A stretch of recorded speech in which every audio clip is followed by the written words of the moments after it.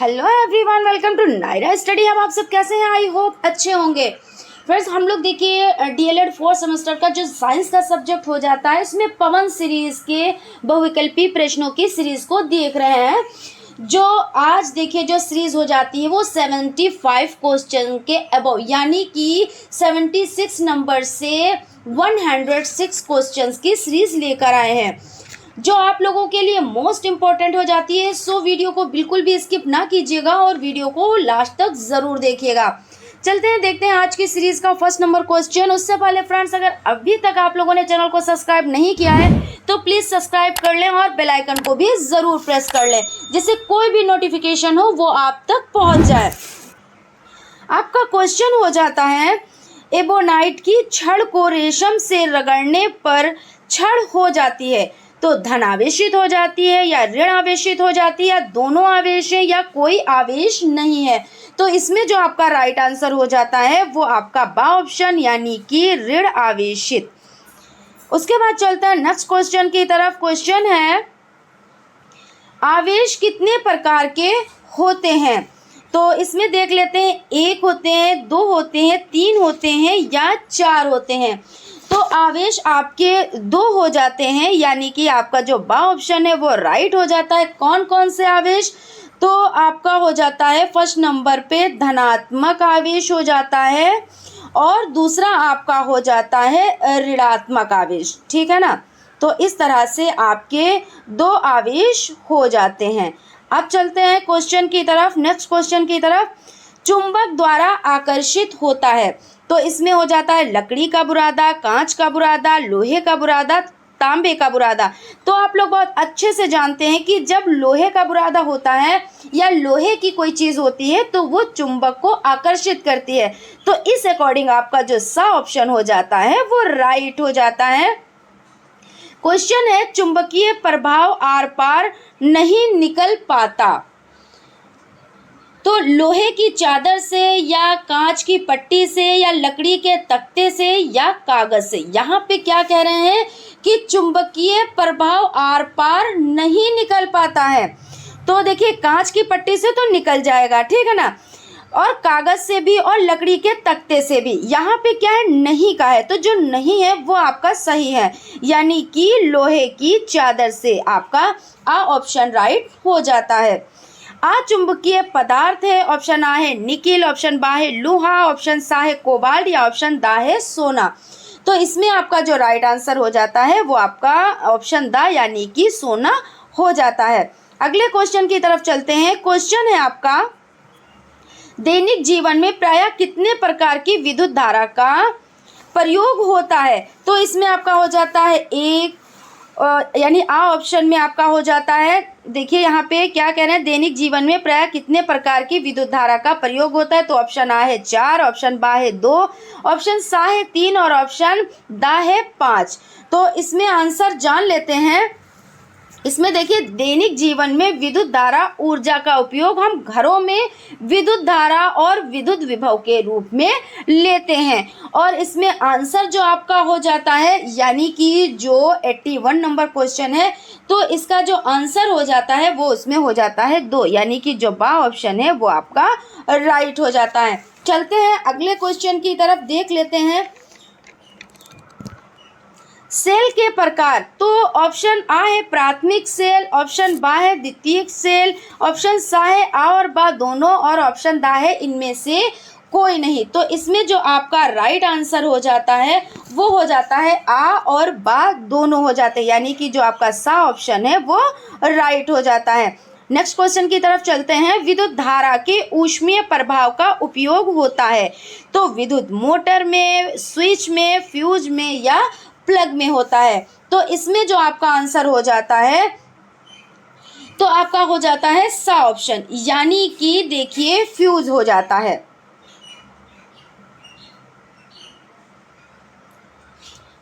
उसके बाद क्वेश्चन है, रुधिर कणिकाएं हैं, तो इसमें देख लेते हैं ऑप्शन रुधिर कणिकाएं कौन कौन सी हैं।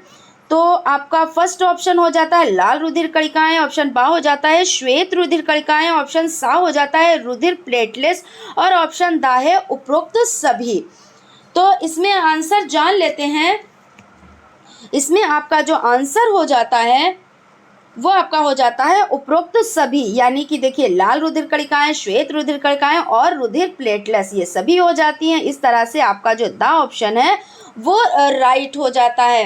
क्वेश्चन की तरफ चलते हैं। क्वेश्चन है लाल रुधिर कणिका का जीवन काल होता है तो 120 दिन होता है, 107 दिन होता है, या 127 दिन होता है, या 157 दिन होता है। तो इसमें जो आपका आंसर हो जाता है वो आपका 120 दिन हो जाता है। इसके बारे में थोड़ा सा समझ लेते हैं। देखिए जो रुधिर यानी कि ब्लड एक क्या है, तो एक तरल पदार्थ है। कैसा पदार्थ है, तो तरल पदार्थ है जिसके दो भाग है। कितने भाग हैं, तो जिसके दो भाग हैं। फर्स्ट नंबर पे आपका हो जाता है द्रव्य भाग, जिसे प्लाज्मा कहते हैं। किसको, यानी कि द्रव्य भाग को क्या कहा जाता है, तो द्रव्य भाग को प्लाज्मा कहा जाता है। और आपका हो जाता है सेकेंड नंबर पर ठोस भाग। तो ठोस भाग देख लेते हैं। ठोस भाग कौन सा होता है, तो जो ठोस भाग होता है वो कोशिकाओं का बना होता है। रुधिर कोशिकाएं 3 प्रकार की होती हैं। कौन कौन सी होती हैं, तो लाल रुधिर कोशिकाएं, श्वेत रुधिर कोशिकाएं और विम्बाणु या प्लेटलेट, ये 3 तरह की कोशिकाएं हो जाती हैं। उसके बाद अगर थोड़ी सी और बात कर ली जाए, हीमोग्लोबिन के बारे में बात कर लेते हैं। तो हीमोग्लोबिन क्या है, तो एक प्रोटीन है, ठीक है ना। क्या है, तो एक प्रोटीन है जो लाल रक्त कोशिकाओं में पाया जाता है, जो शरीर में ऑक्सीजन ले जाता है। इसका क्या कार्य है, तो शरीर में ऑक्सीजन ले जाने का कार्य है, ठीक है ना। अब देख लेते हैं, थोड़ा सा और समझ लेते हैं। अगर मानव शरीर की बात की जाए तो मानव शरीर के कोलेजन यानी मानव शरीर में कोलेजन सबसे प्रचुर मात्रा में पाया जाने वाला प्रोटीन है। अगर क्वेश्चन आ जाता है कि मानव शरीर में सबसे प्रचुर मात्रा में पाया जाने वाला प्रोटीन कौन सा है, तो कोलेजन हो जाता है। उसके बाद क्वेश्चन की तरफ चलते हैं। क्वेश्चन है आपका मनुष्य के रुधिर में प्रोटीन पदार्थ हैं। तो प्रतिजन A+B हो जाता है, प्रतिरक्षी A+B हो जाता है, या सा आ और बा दोनों हो जाते हैं, या इनमें से कोई नहीं। तो इसमें जो आपका राइट आंसर हो जाता है वो आ और बा दोनों हो जाते हैं। उसके बाद क्वेश्चन की तरफ चलते हैं। क्वेश्चन है किस प्रकार का रुधिर बैंक में रखा जाता है, तो विषाणु से मुक्त, जीवाणु से मुक्त, प्रोटोजोआ से मुक्त, उपरोक्त सभी प्रकार का। तो इसमें जो आपका आंसर हो जाता है वो सभी प्रकार का हो जाता है, यानी कि विषाणुओं से भी मुक्त होना चाहिए, जीवाणुओं से भी मुक्त होना चाहिए और प्रोटोजोआ से भी मुक्त होना चाहिए। इस तरह से आपका जो द ऑप्शन है वो राइट हो जाता है। इसमें थोड़ा सा जान लेते हैं। देखिए प्लीहा को रक्त बैंक के रूप में जाना जाता है। जो शरीर में प्लीहा होता है उसको क्या करते हैं, तो रक्त बैंक के रूप में जाना जाता है। इसे रक्त कब्रिस्तान के रूप में भी जाना जाता है। अब क्वेश्चन आ जाए कि रक्त कब्रिस्तान के रूप में किसको जाना जाता है, तो प्लीहा को जाना जाता है, ठीक है ना। और लाल कणिकाओं और संपूर्ण रक्त हमेशा ब्लड बैंक के रेफ्रिजरेटर में +2 डिग्री सेंटीग्रेड, कितना, तो 2 डिग्री सेंटीग्रेड से +6 डिग्री सेंटीग्रेड के बीच के तापमान पर भंडारण करना चाहिए। इसका भंडारण किया जाता है, आप इस तरह से समझ लें, ठीक है ना। उसके बाद चलते हैं क्वेश्चन की तरफ। रुधिर का धक्का बनाने वाली रुधिर कणिका का नाम है। तो रुधिर कणिका का क्या नाम है, लाल रुधिर कणिका, या प्लेटलेट्स, या श्वेत रुधिर कणिका, या इनमें से कोई नहीं। तो इसमें आंसर देख लेते हैं। इसमें जो आंसर आपका हो जाता है वो आपका हो जाता है ऑप्शन बा, यानी प्लेटलेट्स हो जाता है, ठीक है ना। और इसको देखिए थ्रोम्बोसाइट भी कहते हैं। उसके बाद आपका क्वेश्चन हो जाता है मानव रुधिर वर्ग की खोज सर्वप्रथम किस वैज्ञानिक ने की थी, तो हेल्स ने, या लैंडस्टीनर ने, या लेमार्क ने, या डार्विन ने। तो इसमें जो आंसर हो जाता है वो लैंडस्टीनर, यानी कि बा ऑप्शन हो जाता है। क्वेश्चन है आपका रक्त को कितने वर्गों में बांटा गया है? तो ऑप्शन आ है 2 वर्गों में, ऑप्शन बा है 1 वर्ग में, ऑप्शन सा है 5 वर्गों में, या ऑप्शन दा है 4 वर्गों में। तो इसमें आंसर देख लेते हैं। आपका आंसर हो जाता है 4 वर्गों में, यानी कि जो आपका दा ऑप्शन है वो आपका राइट हो जाता है। इसमें थोड़ा सा जान लेते हैं, जो एंटीजन होते हैं, एंटीजन और एंटीबॉडी, जैसे प्रोटीन के आधार पर बहुत सारे यानी विभिन्न रक्त समूह बनते हैं। मानव रक्त के 4 मुख्य समूह हैं, कौन कौन से हैं इसको जान लेते हैं। तो आपका ए हो जाता है, बी हो जाता है, ए और बी हो जाता है, और आपका ओ हो जाता है, ठीक है ना। और प्लाज्मा और कोशिकाएं रक्त के 2 प्रमुख घटक होते हैं। कौन घटक होते हैं? तो आपका फर्स्ट नंबर पर आपका प्लाज्मा हो जाता है, और सेकंड नंबर पर देखिए कौन हो जाता है? तो प्लाज्मा और कोशिकाएं, प्लाज्मा और कोशिकाएं आपकी क्या हो जाती हैं? तो ये प्रमुख घटक हो जाते हैं। आई होप आप लोगों को अच्छे से समझ में आया होगा। अब देख लेते हैं, क्वेश्चन है ओ रक्त वर्ग है, तो सर्वदाता है, सर्वग्राही है, आ और बा दोनों हैं।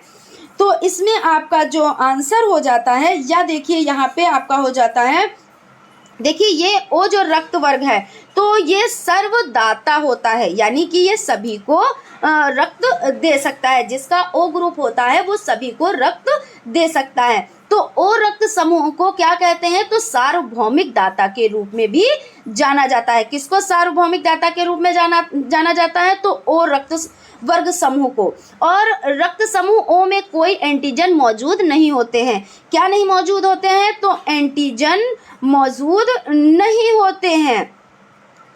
और इसमें देखिए समझ लेते हैं, इसमें क्या होता है, ए और बी दोनों के एंटीबॉडी होते हैं। ऋणात्मक संकेत RH कारक भी अनुपस्थिति को दर्शाता है। यानी कहने का मतलब ये है कि अगर किसी का ओ रक्त समूह है, ग्रुप है, तो वो सभी को रक्त दे सकता है। उसके बाद क्वेश्चन है आपका, रक्त की संरचना के मुख्य अवयव हैं। रक्त कणिकाएं, रुधिर, प्लाज्मा, आ व बा दोनों हैं, या उपरोक्त में से कोई नहीं। तो इसमें आपका जो आंसर हो जाता है वो हो जाता है आ और बा दोनों, यानी रक्त की संरचना के प्रमुख अवयव है रक्त कणिकाएं और रुधिर, प्लाज्मा। इस तरह से आपका जो सा ऑप्शन है वो राइट हो जाता है। देखिए मानव रक्त में प्लाज्मा और रक्त कणिकाएं होती हैं। प्लाज्मा हल्के पीले रंग का होता है। कैसा होता है? तो हल्के पीले रंग का होता है। क्या? तो प्लाज्मा, ठीक है ना। और ये क्या होता है? द्रव्य होता है, जिसमें लगभग 92%, कितना? तो 92% पानी और 8% प्रोटीन, चीनी और दूसरे पदार्थ भी होते हैं। उसके बाद क्वेश्चन की तरफ चलते हैं। क्वेश्चन नंबर आपका 93 हो जाता है, रक्त के कार्य हैं। तो ऑप्शन आ है हार्मोन्स का संवहन, ऑप्शन बा है पोषक पदार्थों का संवहन, ऑप्शन सा है तापक्रम नियमन, या उपरोक्त सभी। तो इसमें आपका जो आंसर हो जाता है वो आपका दा ऑप्शन, यानी कि उपरोक्त सभी हो जाता है। इसमें समझ लेते हैं, रुधिर यानी जो ब्लड होता है वो हमारे शरीर में ऑक्सीजन और कार्बन डाइऑक्साइड का परिवहन करता है। रुधिर पोषक पदार्थों और उत्सर्जी पदार्थों का परिवहन देखिए करता है, और बाहरी जीवाणुओं और विषाणुओं को नष्ट कर देता है, और हमारे शरीर की जो बीमारियां हैं उनको क्या करता है? बीमारियों से रक्षा करता है। तो इस तरह से आपका हो जाता है। उसके बाद क्वेश्चन है आपका, भारत में एनीमिया के कारण है। तो गरीबी हो जाती है, अज्ञानता हो जाती है, गंदा रहन सहन हो जाता है। तो इसमें आपके सभी आ जाएंगे, यानी कि उपरोक्त सभी, दा ऑप्शन जो आपका है वो राइट हो जाएगा। क्वेश्चन की तरफ चलते हैं। रक्त का थक्का बनने की प्रक्रिया धीमी हो जाती है। किसमें हो जाती है? तो थैलीसीमिया में, या हीमोफीलिया में, या एनीमिया में, या श्वेत रक्त कोशिकाहीनता में। इसमें आंसर देख लेते हैं। तो इसमें जो आपका आंसर हो जाता है वो हो जाता है हीमोफीलिया में, यानी कि जो आपका बा ऑप्शन है वो राइट हो जाता है। इसको थोड़ा सा समझ लेते हैं। जो यानी हीमोफीलिया है, हीमोफीलिया सहज गहरे रक्तस्राव की एक दुर्लभ आनुवांशिक स्थिति है, और जहाँ रक्त सामान्य रूप से थक्का नहीं बनता, क्योंकि इसमें यानी जो पर्याप्त रक्त होता है ना, वो धक्के बनने वाली प्रोटीन यानी धक्के कारक की इसमें कमी होती है, इसलिए नहीं बनता है। उसके बाद क्वेश्चन की तरफ चलते हैं। आपका 96 नंबर क्वेश्चन हो जाता है, WBC कम हो जाती है तो किसमें? तो एनीमिया में, या थैलेसीमिया में, या श्वेत रक्त कोशिकाहीनता में, या हीमोफीलिया में। तो इसमें आंसर देख लेते हैं।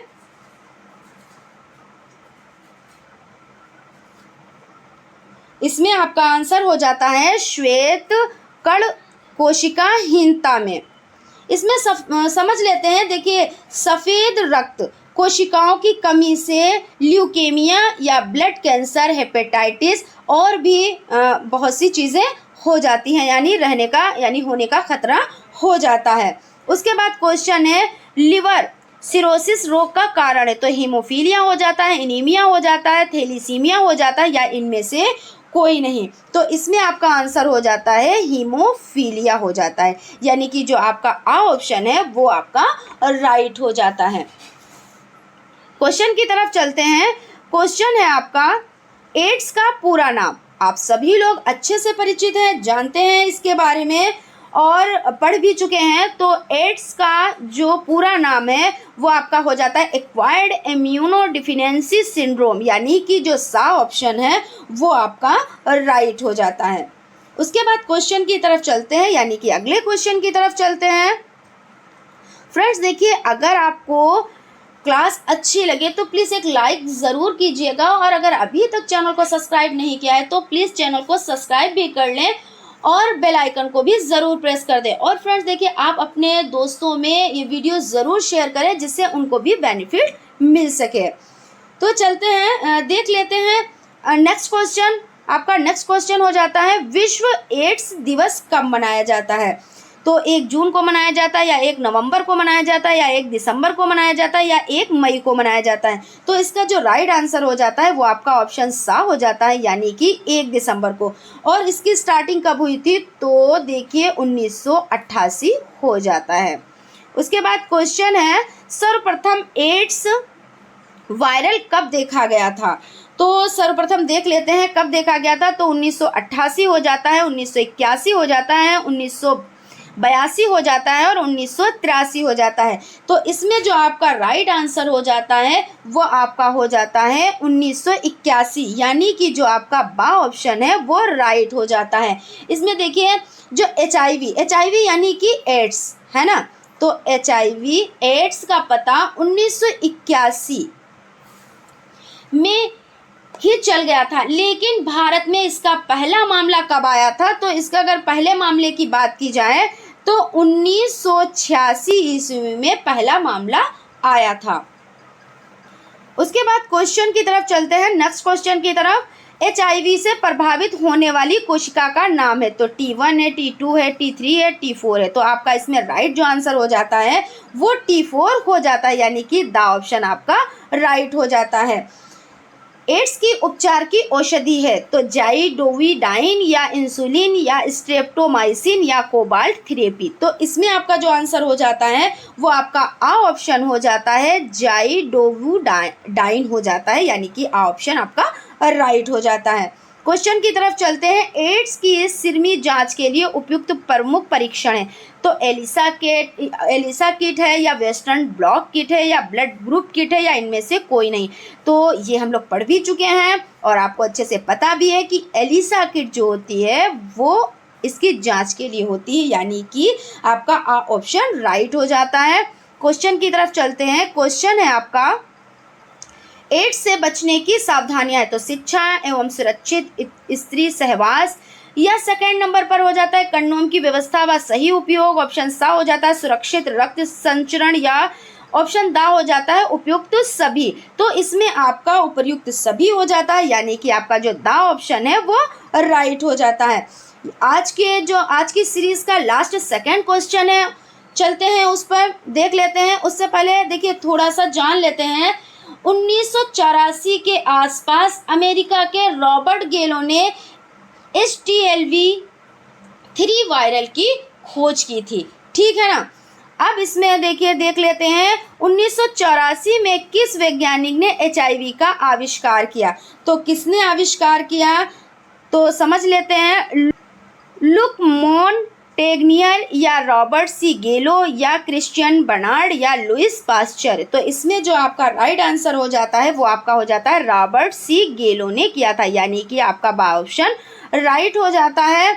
उसके बाद क्वेश्चन है प्राथमिक उपचार में कौन कौन से गुण होने चाहिए। तो क्रिया में तत्पर तथा निपुण, मधुर स्वभाव वाला, साधन संपन्न, कुशल एवं सहनशील, उपरोक्त सभी गुणों वाला। तो इसमें जो हो जाता है वो यानी कि उपरोक्त सभी गुणों वाला ये राइट आंसर हो जाता है। इस अकॉर्डिंग आपका द ऑप्शन राइट हो जाता है। तो फ्रेंड्स आज आप लोगों के जो पवन सीरीज के बहुविकल्पीय क्वेश्चंस की सीरीज थी वो कंप्लीट हो गई है। अगर आप पहली बार देख रहे हैं तो आप लोग प्लेलिस्ट में जाकर और भी सीरीज को देख सकते हैं जो सीरियल वाइज है, और जो क्लास भी है उनको भी आप प्लेलिस्ट में देख सकते हैं। और अगर अभी तक आप लोगों ने चैनल को सब्सक्राइब नहीं किया तो प्लीज़ सब्सक्राइब कर लें और बेल आइकन को भी ज़रूर प्रेस कर लें, जिससे कोई भी नोटिफिकेशन हो वो आप तक पहुंच जाए। और फ्रेंड्स देखिए अब बहुत ज़्यादा टाइम नहीं बचा है, तो इसलिए आप लोग अब कल पे बिल्कुल भी ना रहें कि कल हम स्टडी कर लेंगे, कल हम पढ़ लेंगे, लेकिन नहीं, आप लोग कम से कम 2 घंटे तो ज़रूर से ज़रूर पढ़ाई करें। मैं ये नहीं कहती कि 4 घंटे 10 घंटे, ऐसा नहीं कहती, लेकिन कम से कम 2 घंटे तो आप लोग ज़रूर से ज़रूर ही पढ़ाई करें। तो फ्रेंड्स आज यहीं तक, मिलते हैं नेक्स्ट क्लास में, तब तक आप लोग अपना ख्याल रखें। Thank you.